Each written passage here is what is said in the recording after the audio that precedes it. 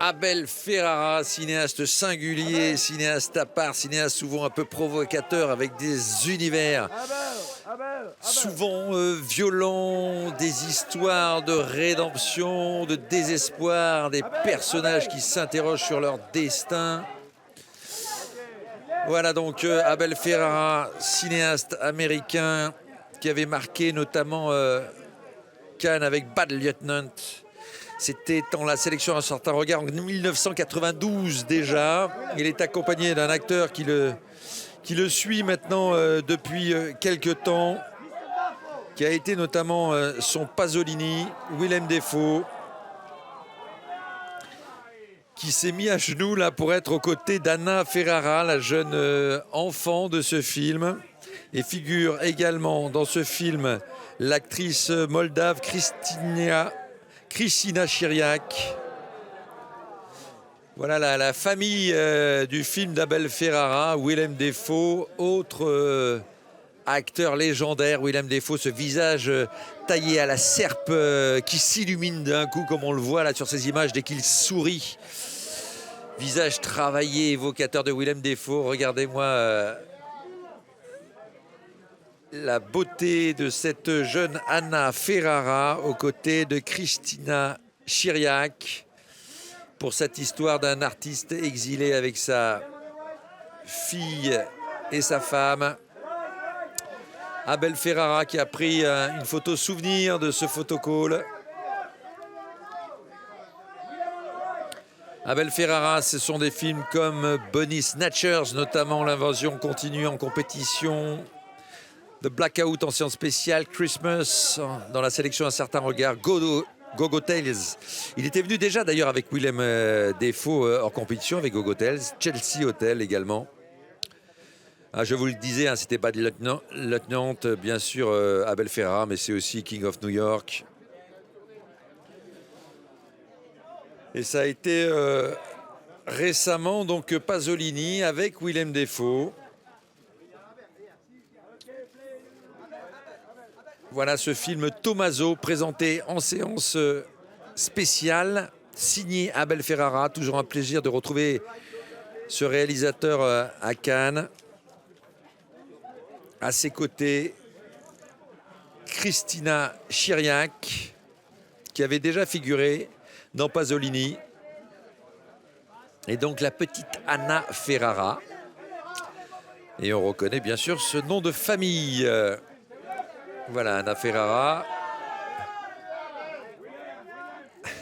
avec qui échange Willem. Voilà, il la prend dans ses bras, celle qui incarne sa fille à l'écran.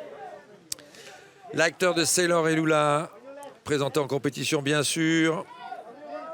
Lulu on the Bridge de Paul Auster également dans la sélection Un certain regard pour Willem Dafoe. Manderley de Lars von Trier, c'est aussi un des comédiens fétiches du grand Lars von Trier. Willem Dafoe. C'est aussi un des comédiens fétiches de Platoon d'Oliver Stone. On se souvient de Platoon qui avait été présenté dans Cannes Classique, c'était en 2006. Je vous le disais, il est venu avec Go-Go Tales d'Abel Ferrara. Les voilà tous les deux. Il était revenu avec Antichrist de Lars von Trier en compétition. Willem Dafoe, dont j'ai découvert sur Internet qu'il avait été figurant dans La Porte du Paradis de Michael Cimino. À vérifier, un figurant non crédité apparemment.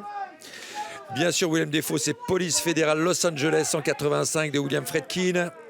Platoon, je vous le disais, La dernière tentation du Christ aussi, un grand film de Martin Scorsese dans lequel il incarnait bien sûr Jésus-Christ. On l'avait revu devant la caméra d'Oliver Stone dans Né un 4 juillet, Sailor et Lula, bien sûr, la Palme d'Or de David Lynch à Cannes. Devant la caméra de Ferrara, ça a été notamment New Rose Hotel.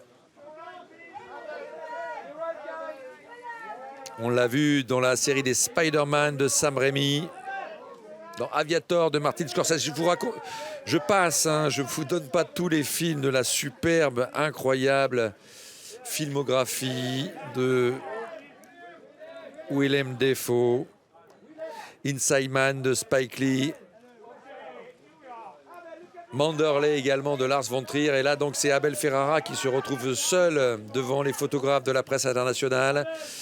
Abel Ferrara, L'Ange de la Vengeance en 81. New York, 2h du matin, c'était en 84. China Girl en 87. Cat Chaser en 89. Et donc King of New York, un de ses films les plus marquants en 90. Bad Lieutenant, autre film hyper marquant en 92. Incroyable Bad Lieutenant pour ceux qui l'ont vu à l'époque. 93, c'était Body Snatchers, l'invasion continue, présenté à Cannes. Hein, en compétition. Snake Eyes. C'était en 93 ensuite. Grande période forte de la cinémographie, de la filmographie d'Abel Ferrara, The Addiction ensuite, Nos funérailles également. The Blackout, puis New Rose Hotel avec Willem Dafoe. Il a ensuite tourné Mary, on s'en souvient. Sur Marie. Et le voilà en famille, Abel Ferrara. Avec donc Anna Ferrara et Christina Chiriac qui figurent dans ce film sur la vie d'un artiste à Rome.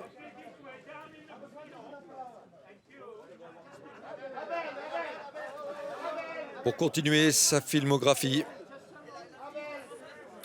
Welcome to New York, Pasolini, Alive in France en 2017, Piazza Vittorio en 2017 également. Et donc là, avec sa fille, c'est Tommaso, la petite Anna Ferrara, avec son papa.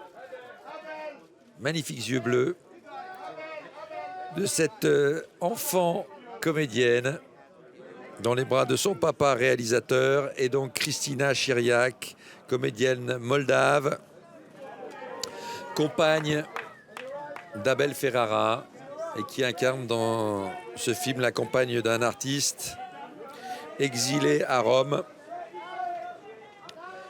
Christina Chiriac. Échange entre un réalisateur et sa comédienne, vous avez vu là en gros plan. Christina Chiriac, je vous le disais, qui était également à l'affiche de Pasolini d'Abel Ferrara.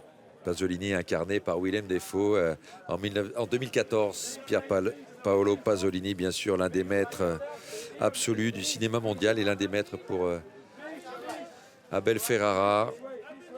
Cinéaste des marges parfois, comme a pu l'être Abel Ferrara dans sa carrière, cinéaste qui aime le cinéma de genre. Et on a Willem Dafoe qui revient. Eh oui, Willem Dafoe. Je vous le disais, hein, je vous ai parlé de Scorsese, je vous ai parlé également de Lars von Trier, de Sam Raimi, Paul Schrader également, comme metteur en scène de cet acteur culte hein, qui est Willem Dafoe. C'est un acteur qui peut être d'une prodigie. Alors, il est tellement doux quand il sourit, il est tellement doux quand il est avec des enfants. J'avais adoré son rôle aussi dans The Florida Project de Sean Baker, où il faisait comme ça le gardien d'un motel. Qui lui avait valu d'ailleurs une nomination à l'Oscar. On l'avait revu dans un film qui avait été un succès énorme, là, pour parler de ses films récents, Aquaman, de James Wan.